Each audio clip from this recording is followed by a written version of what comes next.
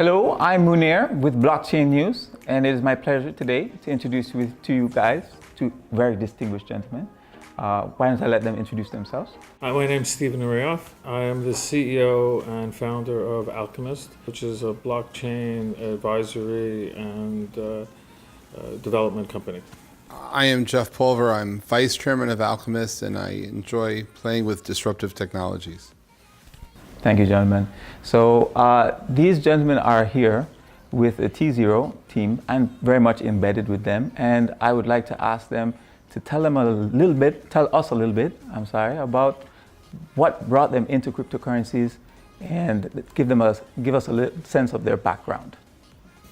So I initially came in, somebody showed me Bitcoin, and it was one of those love at first sight. I very much had a philosophical bent toward that area, and when I saw Bitcoin, I just looked at this and I just said, "This is something that's in part of the future." And then I was very fortunate that not a couple of years after that, I got involved in a project called Ethereum, and my job at that project was to figure out the legal framework within which to issue, we were calling it a crowd sale at the time, which has now become the ICO, and that was the genesis of the utility token. Yes. And so it's a law of unintended consequences as to what's kind of happened. I've been involved in a lot of ICOs since then, but bookending it right now, importantly, is I've been again fortunate in my career where was able to design for the very first securities token trading system, the token security token for it, and that is for tZERO. Wow. That's what we're here today. Awesome. So it's been a very fortunate and amazing run, and I'm just looking forward to continuing. So my first experience with digital currencies goes back to 1995 with DigiCash and CyberCash. I was quite fascinated with the introduction of the commercial internet and all the different businesses that were about to be disrupted. Some that were disrupted immediately and some that became disrupted many years later. I chose, however, to go down the path of exploring the disruption of the communications industry with my passion for voice over IP, which for 23 years I literally helped change the way the world communicates. And I happen to be a neighbor and friend of Stephen, and last year, after watching his magic happen time after time after time, and after spending time in his very famous apartment, where over, I think, at least $5 billion projects were born, I accused Stephen of being an alchemist because he was taking air and creating tremendous value. So that's how I'm now vice chairman, and I'm very excited to be here today. And the more I learn about capital markets, now my background is I'm a former expert in fixed income mathematics. In the late 80s, I used to write functions, build trading systems, did real-time analytics for Wall Street on the buy side and the sell side, and I worked at Cantor Fitzgerald Securities for a while. And I've seen markets evolve tremendously. And what I'm so excited about what tZERO is offering is the opportunity for a new asset class to be introduced to the market. And as people start to understand what a security token is, they will only start to then appreciate how disruptive the introduction of that instrument will be to the future of capital markets. And for me, I feel like I'm at that moment in time where that disruption has started, and I'm very grateful to be here today. Awesome. We are making history, and this is very important. So I would like to ask you both your opinion a little bit. Everyone here is a little bit shaken by I think this month the market was a little bit tough. Cryptocurrencies are down, prices are a little bit depressed.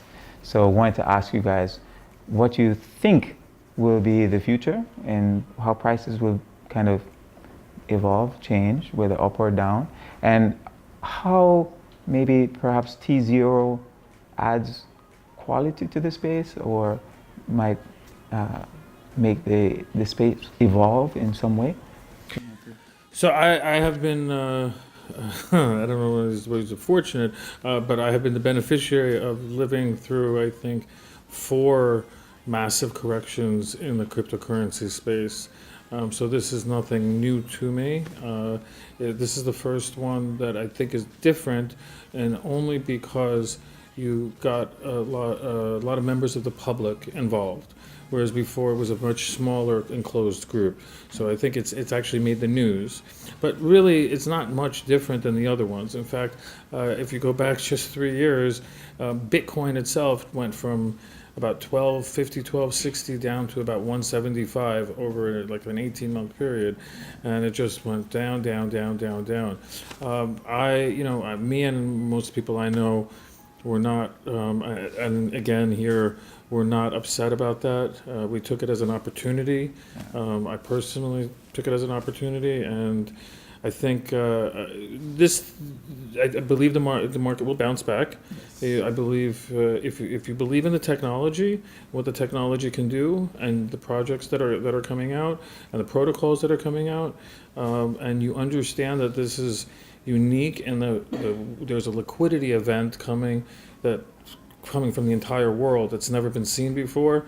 This is, I think, a needed correction, but you'll see it bounce back, I believe, very strongly.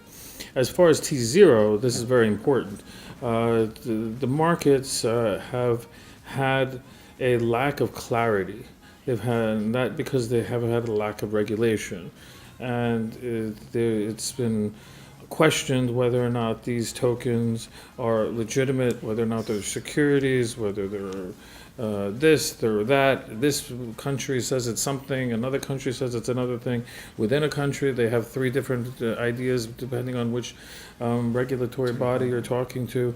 And tZERO is the world's first and only securities token trading system. And that is really mind-blowing when you think about what the implications of that is. And what it does is it brings legitimacy to the marketplace. Yes. Once legitimacy comes into the marketplace, something else comes into the marketplace. And those are large institutional players, and then the rest of the public. So I think tZERO, it's a actually enactment, because Overstock 5 years ago was the first major retailer to accept Bitcoin, and that brought legitimacy to Bitcoin itself. And Patrick Byrne has done it again, where he's now bringing legitimacy to the entire marketplace. So it's an exciting time. So I'm a recovering day trader. I love volatility. I used to trade in 2000, 99, 2000, and even into 2001. I loved out-of-the-money market options. So volatility of 40, 50, 60, 70, 80% gives me the energy I need to start my days. My introduction to this industry was watching Ethereum go from 385 to 180 in a period of 3 weeks last summer. So get over it.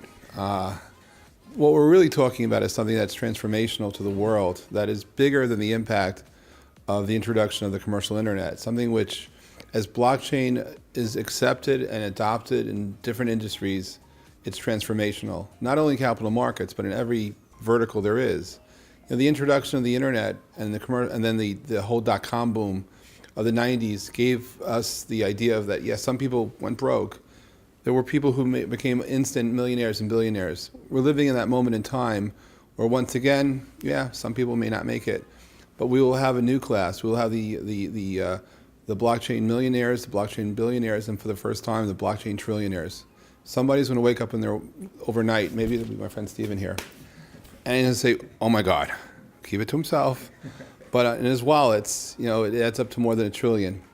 But what does this really mean? What it's really talking about is a transformation of the way we work and live in things which you never before conceived of. And so, when I look at the market volatilities, it's a sign, but it's not really the signs I go by.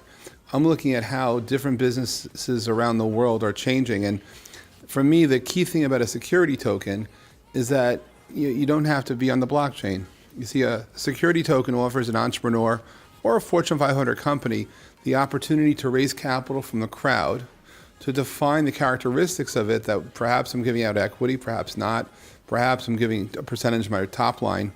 But it also gives me the opportunity to offer my customers incentives to do business with me, suppliers incentives to do business with me, all at the same time, no blockchain required. You don't even have to spell it because it's a new asset class. You know, the introduction of the functional utility, the utility token, came from the whole Jobs Act, the whole idea of being able to do crowdsourcing. I do think something which I have a history with, I started a company in America called Vonage. And while I was associated with it, our tagline was redefining communications. I left for a reason, and the company changed its tagline to the broadband telephone company. And sure enough, New York states across America went after them for regulatory reasons. So be careful how you market yourself. I do believe the ICO should not be known as an initial coin offering. I think that people who are in that business should be focusing on going back to the roots and consider it an internet crowd offering. And we are understanding that it's the crowd that's giving us the power, the ability to bring money in, and that's to whom we're responsible for. Exactly. Awesome. Gentlemen, I'd like to thank you for taking a moment to spend time with us and elaborate a little bit about tZERO, your backgrounds, and also what you're bringing and what tZERO is bringing to the community. I do hope that everyone in Korea is paying attention, and thank you very much again for your time. Thank you very much. Thank you. Awesome, guys. Thank you. Wow. I'm impressed. Hey.